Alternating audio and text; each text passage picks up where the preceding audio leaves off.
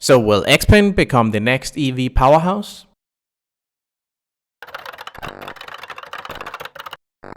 What's up everybody, welcome to the future, which has now become the present. My online name is Buivind and my real name is Torbjørn Bayam.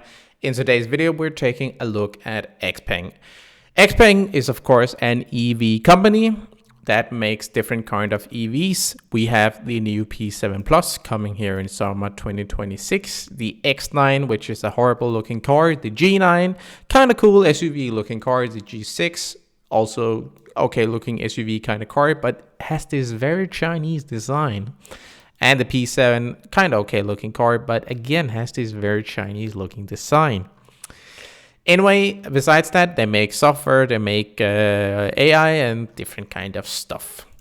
Looking at the XPeng market cap stats, we can see that they're sitting at around $18 billion market cap. They have a share price of $18.79. And looking since they started trading back in 2020, they started at around $15 billion market cap, and now they're at just around $18 billion market cap. Now, back in the bull run in 2021, they actually managed to reach $46 billion market cap at the end of 2020. And then, of course, we had the bull run here in 2021. Everybody were making money. So essentially, every chart were looking like this. Everything exploded. Everybody made money. Everybody were happy. And then, of course, after the bull run stopped, everything came crashing down. And now here we are.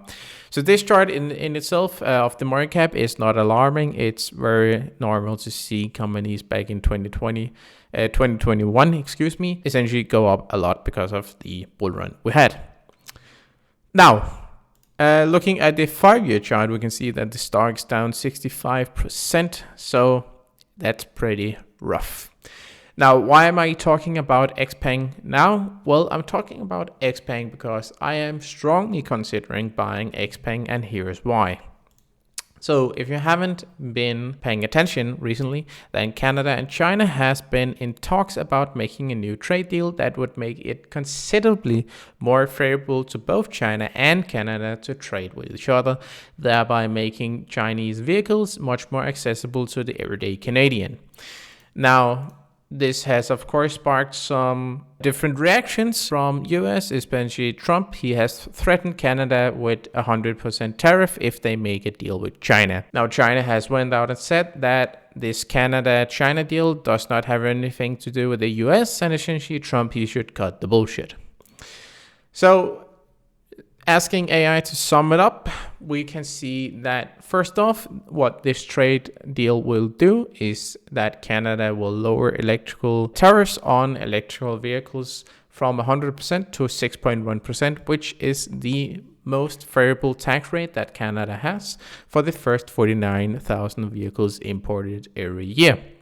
Besides that, then China has promised Canada that they will lower tariffs on canola seeds from 84% to around 15%.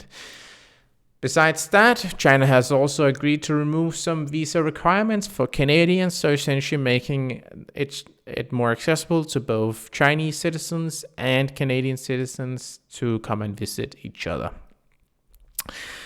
Now, of course, the reaction from Trump and the US has been mixed. Of course, we know that the US currently has a funny way of putting stuff, but they essentially fear that Canada will become a drop-off point for Chinese goods that will then enter the US. Besides that, they fear that this will put pressure on US-based electrical vehicles such as Tesla, because it's very hard to compete with the Chinese electrical vehicle market. Typically, China makes some great electrical vehicles that are both cheaper and better.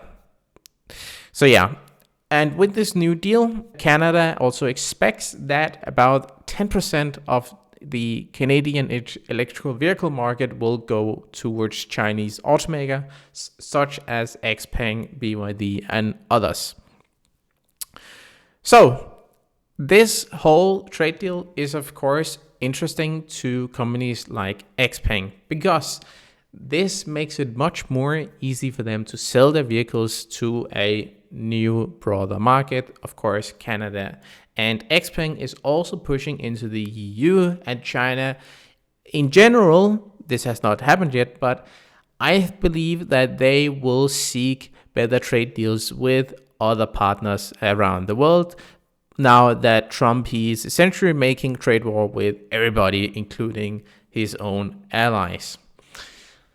Now, another thing that is going for XPeng is that they're building up the fundamentals to create a strong EV company, and essentially why I started this video with saying, will XPeng become the next EV powerhouse?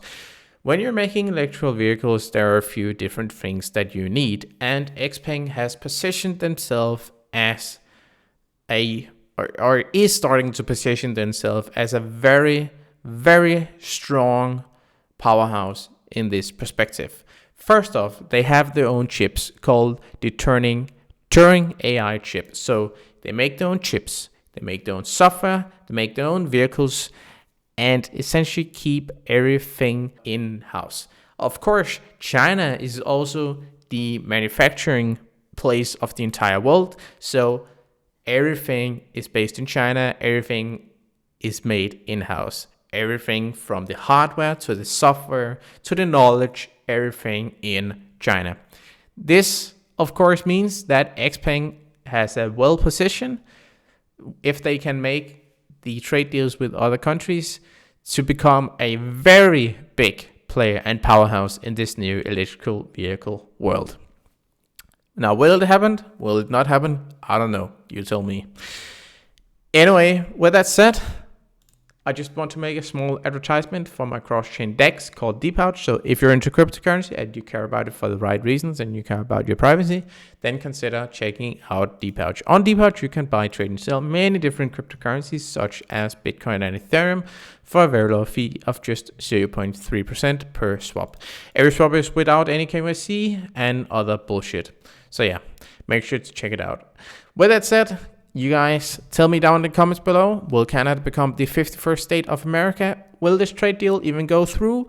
And do you think that XPeng is a good or a bad buy? Now, again, remember, this is not financial advice. This is just some guy on the internet telling you guys what I think about stocks. So yeah, with that said, I'll see you guys in the future. Take care.